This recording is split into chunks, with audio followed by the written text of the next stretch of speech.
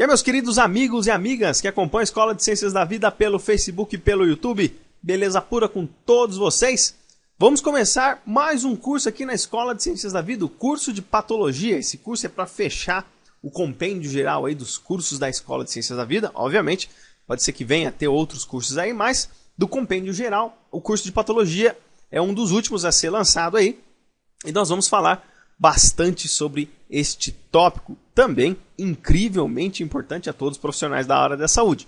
Nós nos tornamos profissionais da área da saúde justamente para prevenir doenças e para curar doenças.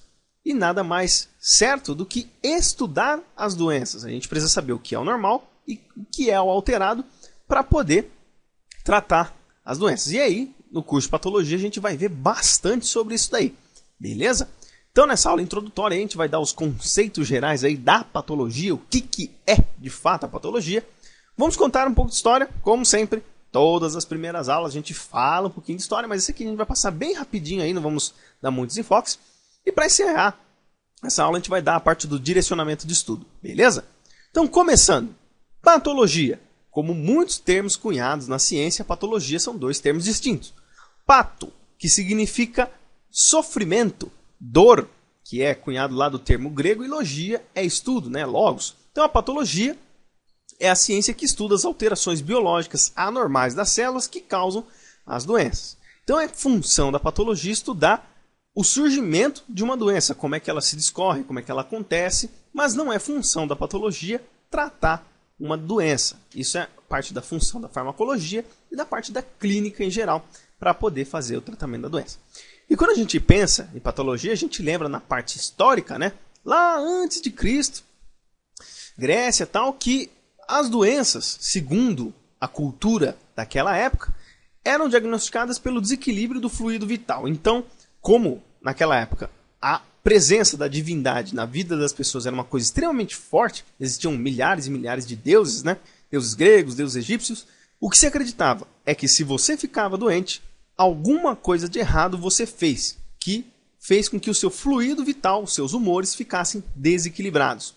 E quem controlava, geralmente, os fluidos vitais do nosso corpo, acreditava-se naquela época que eram os deuses. Então, se você for uma pessoa má, uma pessoa ruim, ou uma pessoa que foi contra a vontade dos deuses, que era dito na época, a lei dos deuses que era dito na época, você ficava doente, porque os deuses ficavam irados com você e você ficava doente. E até mesmo porque as ferramentas também naquela época eram muito rústicas e não tinha noção de como se estudar as doenças. Eles simplesmente aceitavam isso daí, que era uma coisa já bem generalizada pelaquela população, e ficava nesse aspecto aí. E aí a gente dá um big de um salto na história, né? Até mesmo porque depois de Cristo, a sociedade de um modo geral, a evolução da ciência, ela ficou muito estagnada. Quando chegou lá no século V, quando entrou na famosa Idade Média, que foi a época sombria da humanidade, onde estagnou praticamente todos os conhecimentos científicos, o clero dominou geral, e quem resolvesse ir contra os princípios que eram propostos pelo clero era morto, era açoitado e não podia fazer absolutamente nada. E a Idade Média ela durou do século V até o século XV.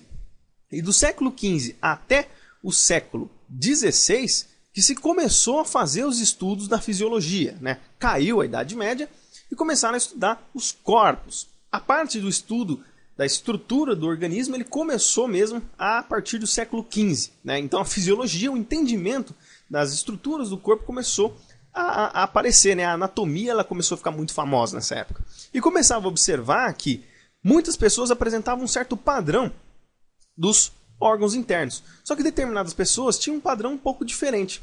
E eles começaram a cogitar que, bom, essas pessoas que têm esse padrão diferente, né, pode ser que isso seja uma doença.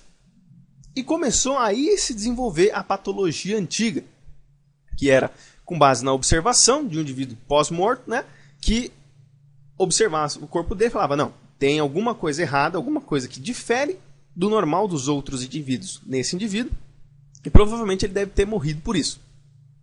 E aí do século XVI até o século XVIII, começou a enfatizar a análise dos tecidos e alterações morfológicas teciduais causadas pelas doenças. Então, a tecnologia ela começou a avançar um pouco mais, né? No século XVIII já estava relativamente avançado, conseguisse fazer uma análise um pouco mais aprofundada ali dos órgãos, então eles começavam a dissecar os órgãos com bastante perícia para olhar mais a estrutura tecidual dos órgãos, mas nada muito rebuscado, até mesmo porque nessa época ainda os microscópios eles eram muito rústicos, né? Ainda existiam a análise por lupas, né? Olhar mais a fundo a estrutura do tecido, mas nada o que isso compara o uso da microscopia de luz e microscopia eletrônica que a gente tem hoje. E a partir do século XIX, né, do século XIX em diante, que foi uma época bem consagrada para a patologia, que esse cara aí, o Rudolf Virchow, ele propôs a teoria que as doenças têm uma origem celular. Nessa época estava em alta aí, pelos experimentos de Pasteur, pelo que foi observado por Robert Hooke, da estrutura das células, e que a unidade fundamental de todos os seres vivos é uma célula. E aí o Rudolf Virchow ele falou que a doença, o cerne dela, começa nas células. E com a patologia moderna, né, que esse é o marco inicial da patologia moderna, começou a se afundar mais ainda nesse aspecto e viu que as doenças elas têm um padrão molecular para existirem, né? Mesmo que esse padrão seja extremamente complexo e que necessita de muito estudo, todas as doenças, sem nenhuma exceção, ela tem a origem celular. Mesmo as doenças infecciosas, né, que são bactérias, fungos, protozoários que infectam os indivíduos, são células que vão causar lesões a outros tipos de célula. Então, esse é o ponto da patologia moderna que se começou realmente a se desenvolver a patologia do jeito que a gente se conhece hoje, né? Já tinha caído por terra, já fazia muitos anos, parte de fúria dos deuses, ira dos deuses para surgir as doenças, e viu que de fato isso era uma coisa corriqueira que acometia qualquer pessoa. Beleza? Então, bem rapidinho aí a parte da história da patologia. E a gente vai passar rapidamente aí para a parte do direcionamento do estudo, né? Que, de um modo geral, a gente pode estudar dois campos da patologia, né? Existem várias subdivisões, mas de um âmbito geral nós temos a patologia geral e a patologia especial ou patologia sistêmica, que a gente pode chamar também. A patologia geral, ela vai estudar as alterações patológicas gerais que ocorrem nas células. Então, independente do tipo de doença que a gente está estudando, muitas doenças vão apresentar o mesmo padrão de alteração celular. Então, as células, quando morrem por decorrência de uma lesão ou decorrência de uma doença, o que acontece com essa célula, né? A parte da célula prejudicada, as alterações do metabolismo e função da célula, isso a gente estuda na patologia geral. E na patologia especial ou sistêmica, nós vamos estudar as alterações patológicas que ocorrem em tecidos e órgãos específicos. Então, a gente estuda especificamente a patologia, por exemplo, do sistema circulatório, então as patologias que acometem o coração, hipertrofia cardíaca, insuficiência cardíaca. Nós vamos estudar também a parte fisiopatológica de diversos pontos aí do nosso organismo. Tem a parte da patologia que vai se basear em estruturas e modificações teciduais, com análise macroscópica e microscópica, e também tem a parte de fisiopatologia, né? No momento em que essa doença está acometendo o indivíduo, quais serão as alterações no organismo do indivíduo que faz com que as propriedades fisiológicas da função daquele órgão se altere. Quais serão as alterações patológicas naquele órgão quando ele está comprometido com alguma doença. Então, isso a patologia especial ou sistêmica vai estudar, beleza? Essa referência aí vai ser a referência que nós vamos seguir para boa parte das aulas do curso de patologia, que é o Hobbes e Cotran, a patologia, bases patológicas das doenças. Talvez tenha uma edição mais recente, eu acredito que tem, essa é a edição que eu tenho aqui em casa, então é essa que eu vou usar. Existem outros livros aí que você pode estar utilizando, bem capaz que eu vou citar eles aí se eu for utilizar uma outra literatura, mas esse vai ser o livro aí de base para a gente estudar o curso de patologia, beleza?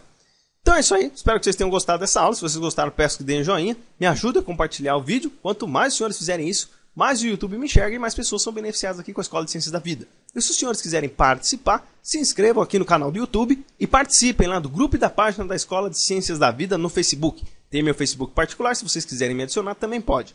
Todas as informações estão aqui no descritivo desse vídeo. Beleza? Então é isso aí, pessoal. Forte abraço a todos, fiquem com Deus e até a próxima aula.